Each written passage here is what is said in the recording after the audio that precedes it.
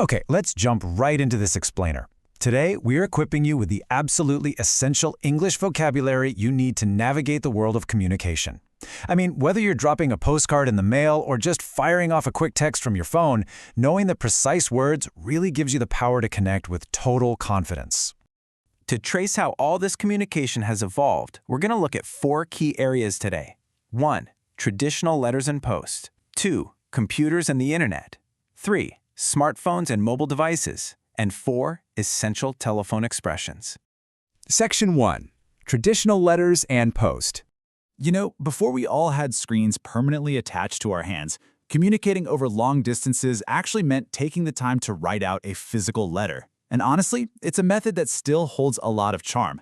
Plus, it remains a super important part of formal correspondence today. So let's break down the vocabulary for this process. To send a letter, you first place it securely inside an envelope. Then, and you definitely can't forget this part, you stick a stamp on the corner to pay for the postage. Next, you write out the destination address right on the front, and finally, you just drop it into a letterbox to post it. Now, a totally crucial part of that address is the postcode. In the UK, a postcode is this mix of letters and numbers at the very end of an address, like BA1 1LZ. If you're over in the US, well, this is known as a zip code, and it's usually just a string of numbers, like 10509. It's essentially the magic code that ensures your physical letter reaches the exact right destination. All right, moving on to Section 2, Computers and the Internet. Now, the really crucial point here is that as we move online, our physical street address transforms into an email address, and that requires us to say specific symbols out loud. If you're telling someone your email, you don't just read the letters. For example, steve@stuff.co.uk is spoken as steve@stuff.co.uk. Those little symbols, at and dot, well, they're basically the digital equivalent of a postcode. But to write those emails, we use a completely different set of tools, right? You might sit at a desk with a traditional computer, staring at a screen, typing away on a keyboard, and clicking with a mouse.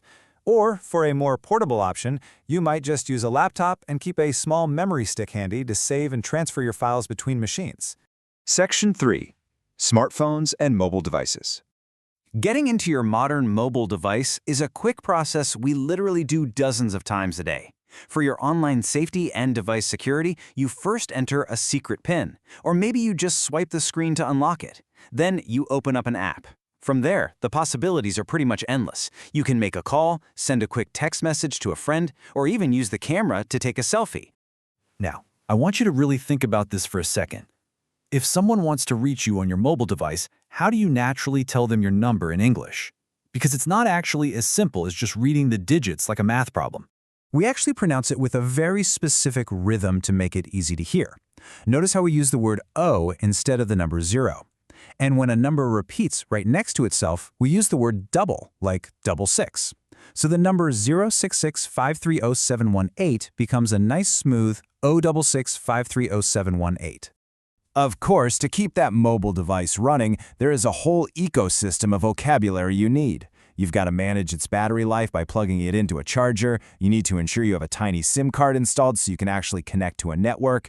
You use the power button to turn it on, and you probably protect the screen with a phone case, while you constantly decide whether to save a photo or delete it just to free up some memory.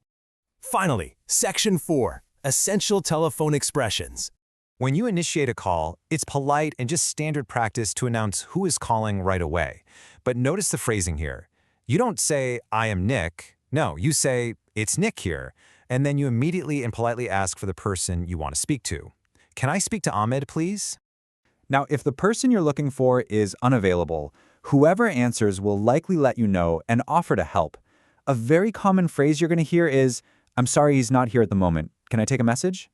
In response to that, you don't need to leave some long, rambling story. You can simply ask them to pass along the information that you rang. You'd say something like, "Thanks, could you just tell him I called?" And then assure them of what you'll do next. "I'll call back later." But hey, if no human answers at all, your best solution is twofold. First, just leave a voice message after the tone, a voicemail, and then follow it right up with a written text message. As you might mutter to yourself, "He's not answering his phone, I'll leave a voicemail and I'll text him." So, by mastering these 4 categories of vocabulary, you now have the exact tools to transition smoothly from licking a stamp for a traditional envelope all the way to swiping a screen to leave a digital voicemail. You are well equipped to communicate accurately in English no matter what tool you happen to be using. But considering how fast we went from dropping letters in a letterbox to saving massive files on a tiny memory stick, it kind of leaves you wondering, doesn't it? Will our shiny new smartphones eventually seem as old-fashioned as the physical envelope and stamp? It is absolutely fascinating to think about what vocabulary we'll need to learn next. Thanks for joining me on this explainer, and keep practicing these essential words.